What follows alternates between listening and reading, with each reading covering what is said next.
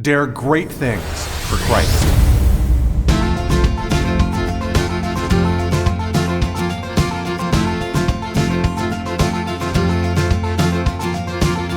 Christ calls us to dare great things.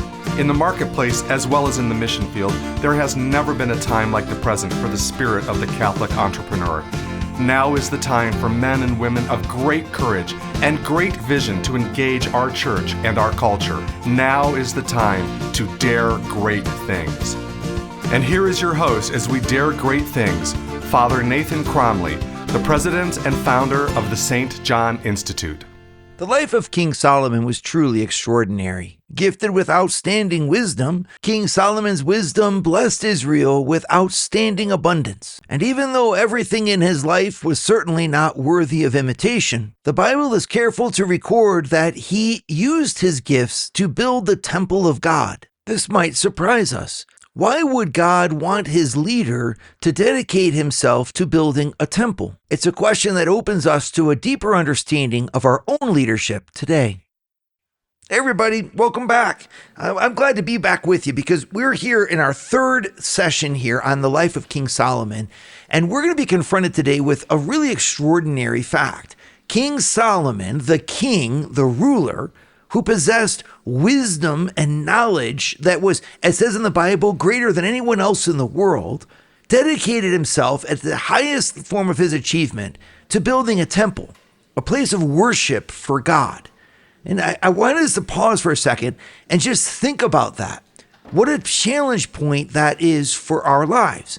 Right? Because I know, because what I try to do with the St. John Institute, I try to work with leaders. And most of the people that I work with are folks who have really dedicated themselves to, becoming successful in different ways, be it by the accomplishment in their athleticism or accomplishment in their art or the finesse of their minds. Or, leaders tend to be people who want to push the inside of the envelope just to see how far they can take things. Can they go one mile an hour faster? Can they do things 1 minute shorter? Can they expand one more time? There's like this energy inside of people of success that we call drive, right? It could also be mixed with a lot of worldly ambition. It could even be prideful, but it's something that moves the needle forward. When you're with someone of excellence, you're with someone who is seeking to engage themselves at a deeper level. Recently, I was listening to the quote by a world champion figure skater. And this young woman said that when she struggles, she feels like she's truly alive. So she wanted to do figure skating so that she could struggle, because she wanted to feel that life that comes from the struggle. That's a sign of an unusual kind of person. That's a sign of someone who rises to the top. And in her case, becomes a champion of the world in her sport. Well, to people who have that kind of drive, most of the time, they're not thinking about God. Unfortunately, right? You kind of wish that they would, it'd be fabulous. Can you imagine if we had that kind of person working inside of the church? Wouldn't it be just amazing if your youth group leader had that same drive to say, I'm going to fill this youth group. I'm going to get as many kids as need this youth group to come to it, right? If you were a pastor of the parish, you would just smile and say, blessed are we to have someone in here who actually is going to fight to make this thing happen, right? It'd be incredible. Or imagine if the person who's in charge of your fundraising gala was going to say, I'm going to make this the best and the biggest gala in all of history. You'd say, blessed are we.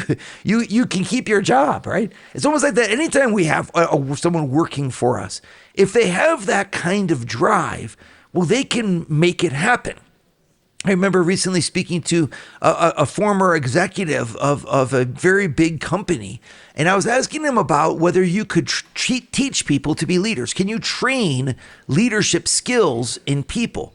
And he said, yes, in his opinion, you certainly could. And he spoke about in his own company where they developed a whole leadership training university, so to speak, where management would be put through leadership skills development and problem solving and in confrontation or people skills and emotional intelligence, everything that they would need at their level of management, the company provided for them in terms of training. But he said, the thing is, the one thing you could not do in any company with any person is you could not replace or train drive. Drive, or that motion upwards, that desire to lead. If the person didn't have it, the training would do no good. If they did have it, well, then the person would advance through the training. But you simply could not provide or replace for the fact that the person needed to have that something that pushed them upwards. I thought that was really interesting. And of course, you can see that when you reflect on either your own life or the lives of those around you, that why is it that you're at the top? Why are you sitting here with me today taking this course in Christian leadership? It's because you want it. Ah, yes. Well, if you didn't want it, you wouldn't be here, right? So since you want it, you can be here. Now you're growing. And that growth will produce an even greater desire to go to the next thing, to the next level. How deep can we possibly go? That's why you're leaders. It's amazing. But I found that in my experience anyway, most of the people that I work with that have that type of drive, they don't think of it in terms of faith. They have a hard time then applying that to the spiritual life. And so you've gone to the greatest schools, then you've gone on to the greatest degree programs in those schools, and then you've gone into your companies, and your ethics or your morals are there more or less. But most of the time, your religious practice, honestly, is just something that you don't know how to get into. Because it's so much easier to go on to the next thing and to keep working and keep trying to run after the next rung on the ladder or the next thing to push in a worldly acclaim. And we don't apply that to God. Well, I would just like for it to use the life of King Solomon to kind of challenge you at this point. Right now, of course, he's someone who's going to fall. I mean, his life with God was flawed, just like ours. But in the story of the Bible, they don't always bring that flaw out. And I think that's really refreshing, honestly, because we live in a day and age where once you say, well, there's a flaw there, right? We say the whole story is worthless. And the Bible doesn't do that. The Bible's like, yep, there's a flaw there. And yet look at the great things that he did all the same. And when you look at it from the biblical perspective, the greatest thing that he did was that he built the temple. And this is a challenge point. Do you think yourself, you can write this down on your piece of paper if you want and just keep it there, but it's my challenge to you is the question, do you think that your greatness, right, the degree of accomplishment you've achieved, your intelligence, your wealth, your social status, right, but also all of the things, the hurdles you've overcome, and all the things that you've founded and built, and the programs you've rolled out successfully, the products that you've made, does any of that have anything to do with your faith? This is the question. And even more pointedly, does your faith have anything to do with all of that? Now, if you're able to say, well, yes, as a matter of fact, well, you've achieved a certain degree of spiritual maturity and awareness, which is great. But if you're like, well no, okay, I've got great news for you. It can. And in fact, it should. Right? And this is where the Temple of Solomon becomes a really marvelous example for us. It's a hopeful symbol of the fact that a human being can in fact produce great things for God and become an even greater human being in the process. Right? And this is, I think for many of us, we think that religion, we're something we're afraid of, because if we get close to God, we think that then he's going to take something away from what makes us who we are. Our drive, that ambition, right? That thing that says excellence is important. Most of us don't see the church as a place of excellence. And so since we're people of excellence, we find a hard time finding our place in the church. And I've just got a great message for you. And that's that it's just the opposite. It's just the opposite. The more that you find God, the more you'll find the source of excellence. You'll find yourself challenged and pushed and to deliver even more than you are from anywhere else. Every other good that is driving you is a limited good. When you go after God, you're now trying to find the infinite good. And that infinite good, like Christ on the cross saying, I thirst, is thirsting for you. To give everything that you've got an even deeper level, which means to push yourself to an even higher degree of excellence. And that's the whole thing. Pope Benedict says it best. Pope Benedict was the Pope of the Catholic Church, and he put it this way. He said, if we let Christ enter fully into our lives, if we open ourselves totally to him, are we not afraid that he might take something away from us? Are we not perhaps afraid to give up something significant, something unique, something that makes life so beautiful? No, if we let Christ into our lives, we lose nothing, absolutely nothing of what makes life free, beautiful, and great. No, only in this friendship are the doors of life open wide. Only in this friendship is the great potential of human existence truly revealed. Only in this friendship do we experience beauty and liberation.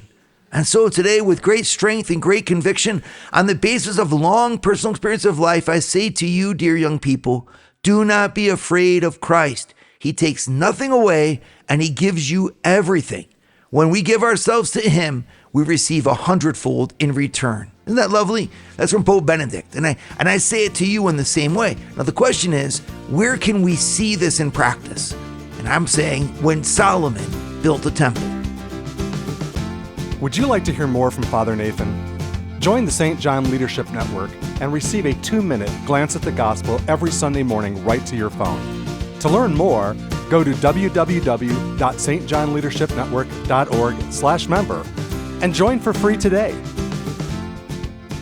All right, open your Bibles with me to 1 Kings. 1 Kings. We're going to look at 1 Kings, first of all, chapter 5. Right? So chapter 5, of course, comes after chapter 4. And in chapter 4, it speaks about Solomon's breadth of mind, how he could speak about plants and he could speak about beasts and birds and how he could govern humanity. And he could do almost like all things well because of the gift that God had given him. And then he decides to build a temple in chapter 5. Now, this work of the temple was absolutely extraordinary. It actually has 3 chapters of the Bible just speaking about everything that Solomon did and the wonder of the workmanship. He has elements of gold. He has capitals upon the tops of the columns. He has doorways. He has windows. It describes a workmanship that was just absolutely extravagant and wonderfully extraordinary for the time that it was built, and of course, even for the time of today. Anyone who's tried to build anything physical knows that it's an art, and it's an art that requires, many other arts. You need, for example, to not only know how to do the building, but you have to know how to manage the people who are doing the building, and therefore you have to know how to manage the business that's paying for the people who are doing the building. So anyone who tries to build something or anything realizes that the value and the need of the contractors that you hire, but also the need that you have to monitor and know your stuff when it comes to those contractors and the contract that they make with you. And that's a modern day. At the time of Solomon, you can imagine all that this would have entailed. This was the most glorious structure any of these people had ever seen, and what most of them would ever see. And I want to pause here for a moment because, of course, 3 whole chapters of the Bible are dedicated just to telling us all of the details and the glory here of the temple. And why? Well, it's because the Bible isn't short on praising the technical knowledge and the prowess of the skilled workers of things of this world. And I'd love to point that out. Many people are afraid to come to religion because they think that if you're in religion, it's almost like God is negating the greatness of your secular lives. Well, that's not true. I mean, maybe God will refine the greatness of your secular life. Maybe he'll help you to understand that it's only secular, for example. And maybe he'll put limits on the way that you do it so that it remains ethical. I mean, and not just there for your own self-aggrandizement, of course.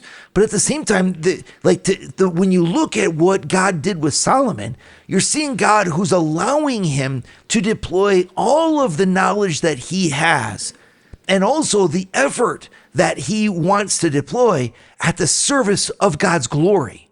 I think that that's really profound and a great lesson for us. It's the same thing with the apostles. When you look at Jesus, he's asking them to go to the ends of the earth for him. And they're going to have to do things that they're not capable of doing on their own. St. Paul, for example, he would have to travel 10,000 miles by foot and figure out how to survive on his own and how to be with the wealthy and be with the poor, how to speak multiple languages, how to run away from things that are in danger and go to people who are in need. He was stretched in his humanity. And it's the same for any of the saints. You look at the lives of saints and you see these great men and women whom God has asked to stretch, right? And to go where they would rather not go, to do things that were hard and extraordinary for themselves. Their humanity was not diminished by following Christ. Their humanity was expanded by following Christ. And the real question is, are we going to be lazy instead and simply say, I want to stay where I'm strong and comfortable, and I don't want God to touch me? Well, that's fine. But then don't sit there and brag to me then about how wonderful you are and how extraordinary you are, when actually you're clinging to your own limitations. Instead, why don't you have the courage, like the Virgin Mary, to literally go where God wanted to take her? I mean, she was a virgin consecrated to God, whom God asked to become a mother. And she said yes. Even while she'd remain a virgin, she'd give birth to a son. Now, that's an incredible thought. And no one else has ever done it since. Mary allowed herself to be moved and stretched beyond her limitations. And that's true greatness right there. And so it is for Solomon too. I mean, the effort that he had to make. It speaks, for example, about how he went and got all of the wood that he needed from the cedars that were in Lebanon, or at least north of Israel. Then he had to quarry out all of the stone. He had people going up every month, 10,000 workers at a time, north of Israel there, and to work for a month and take 2 months off. And he had them in shifts, and all of the effort that was required, he gave. Right? This is just a first point that I want to make here, is that God doesn't shirk from asking his people to dare great things for him. Right? We all know that true greatness is found in the heart, that little things are great too. And yet that's the whole thing. Little things are great. It's not easy to forgive your enemy. It's not easy to love your neighbor as yourself. It's a great thing you have to dare to push your little heart to go where it would rather not go, for the sake of the love that Christ has for you. And that's the Christian life. Christian life is not a question of comfort. And like another great quote from Pope Benedict, he says, the world will promise you comfort, but you were not made for comfort. You were made for greatness. Greatness is seldom comfortable, right? And here you've got Solomon who's demonstrating that. And he says, I'm going to dedicate myself to doing something great for Christ. And it's going to demand from me every bit of my wisdom. But when I deploy my wisdom, I glorify him. I'm thinking about that quote from Eric Liddell. He was a great runner from the Olympics. If you remember, his life was spoken to us about in the movie, The Chariots of Fire.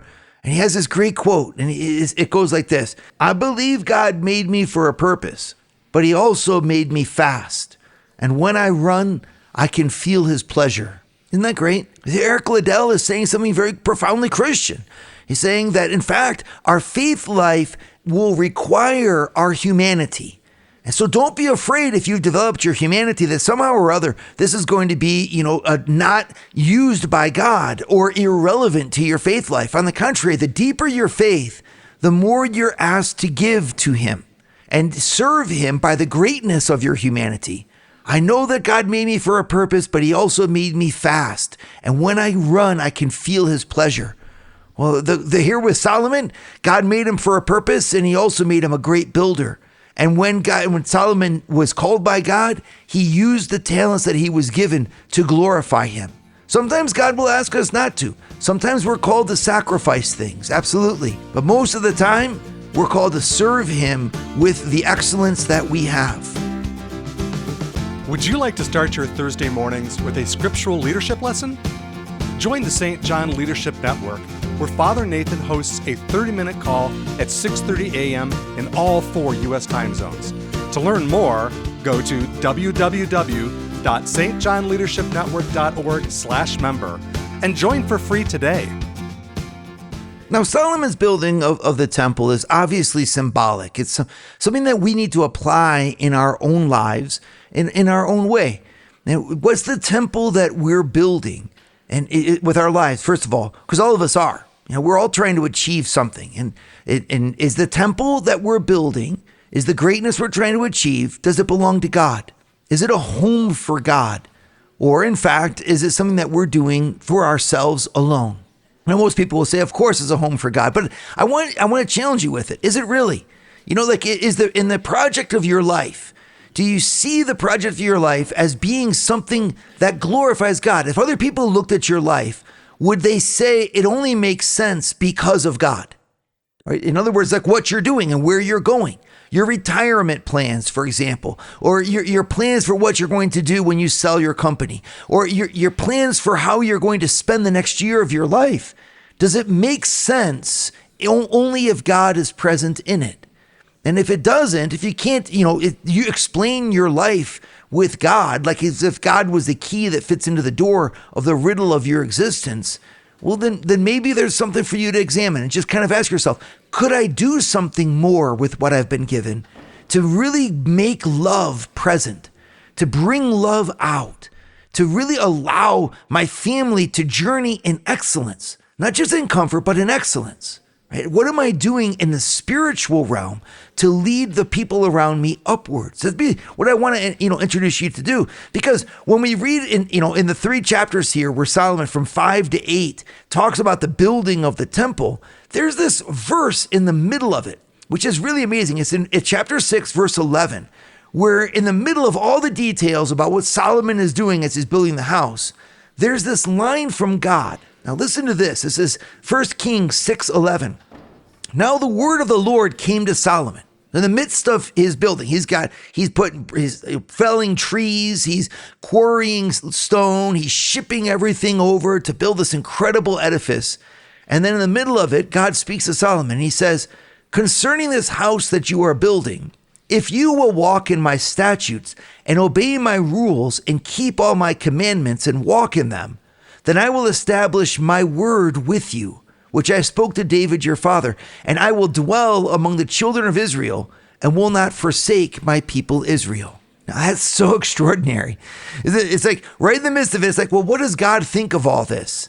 And God says, whatever you're building on the outside needs to be a mirror of what you're building on the inside. That's an incredible insight for us to take forward. Because all of us are building on the outside. We're all moving towards a retirement. We're all trying to make a successful family. We're all trying to build a happy home life, right?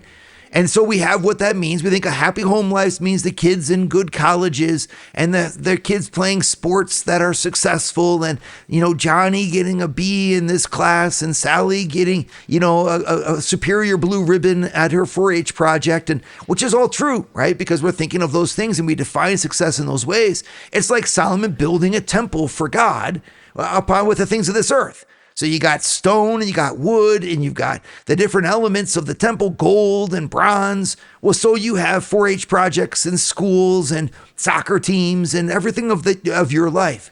And God's like, okay, concerning you doing this, I want to say this. Now, what you're doing on the outside with the elements of life has to be in accord with the greatness of who you are on the inside.